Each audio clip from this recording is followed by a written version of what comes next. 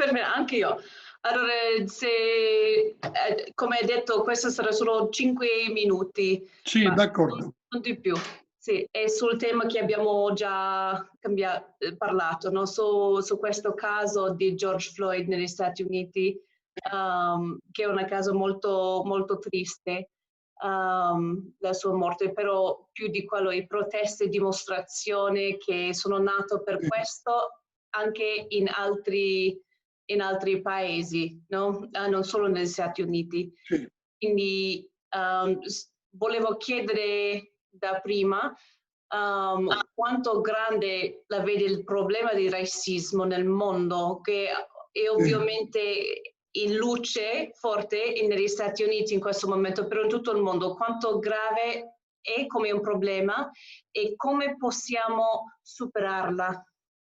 Sì, ma io credo che quanto sta accadendo negli Stati Uniti e in altre parti del mondo svela, potremmo dire, che il razzismo è davvero come un virus, che è come deposto nel cuore della gente e se non è controllato, ma viene lasciato libero, diviene una vera e propria pandemia, che è quello che in effetti stiamo vedendo con molta tristezza. Il razzismo è davvero radicato in un narcisismo e in un individualismo che purtroppo si diffonde. E qual è il vaccino? Il vaccino per combattere questo razzismo che a volte dorme e quando si sveglia è un problema. Io credo che l'unico vaccino è una nuova fraternità, una nuova solidarietà tra tutti, che ci fa scoprire fratelli e sorelle e non, come dire, diversi in opposizione e in conflitto. La diversità è per arricchirci, non per distruggerci, è per renderci più ricchi, non più conflittuali tra noi. Io mi auguro che il vaccino della fraternità venga davvero diffuso ovunque nel mondo per una bella rivoluzione di una fraternità universale contro quel razzismo che si annida nel cuore. Il Vangelo ci dice che tutti siamo fratelli. L'Apostolo Paolo diceva che non c'è più né schiavo né libero, né uomo né donna, né ebreo né giudeo, e a dire che siamo tutti fratelli e sorelle. E la diversità è per amarci di più, non per combatterci. È un vaccino davvero miracoloso se riusciamo a viverlo. E nel suo sguardo, e questo è più difficile che in questo caso, io chiedo specificamente su questo caso che coinvolge anche i poliziotti, quindi è un problema dai più piccoli ai più alti, no? Quindi quando arriva anche a un livello più alto è più difficile no? Sì. Vincerlo. Sì, per vincerlo. È più difficile vincerlo o come possiamo fare anche a questi livelli? Io credo che ci sia un problema per un verso di cultura. È importante che si studi, che si crei una mentalità solidale in tutti i livelli della società, perché l'ignoranza è il terreno nel quale il razzismo si diffonde con maggiore facilità.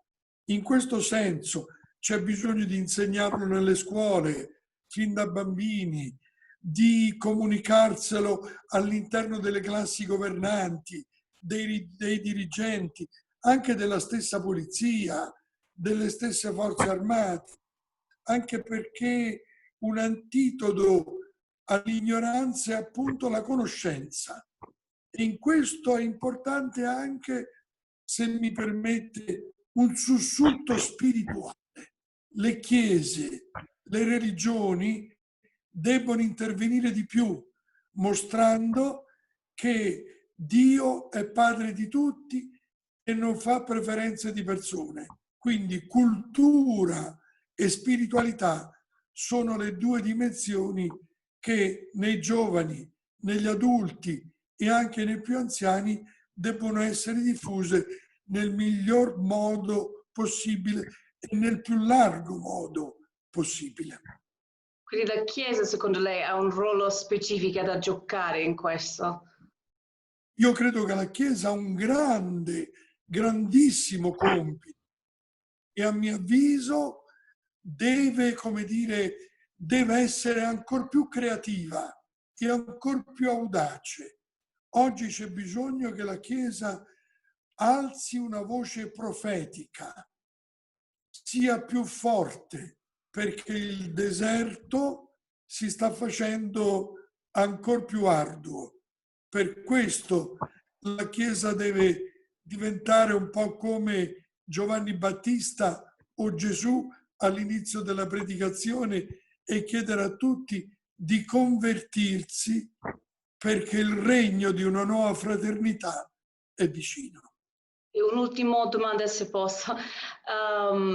Tanti adesso fanno dimostrazione, no, contro una cosa che vedono proprio come un'ingiustizia grande, un'ingiustizia contro l'umanità. Però alcune di queste dimostrazioni hanno finito con violenza, no? Fuochi, distruzione di negozi.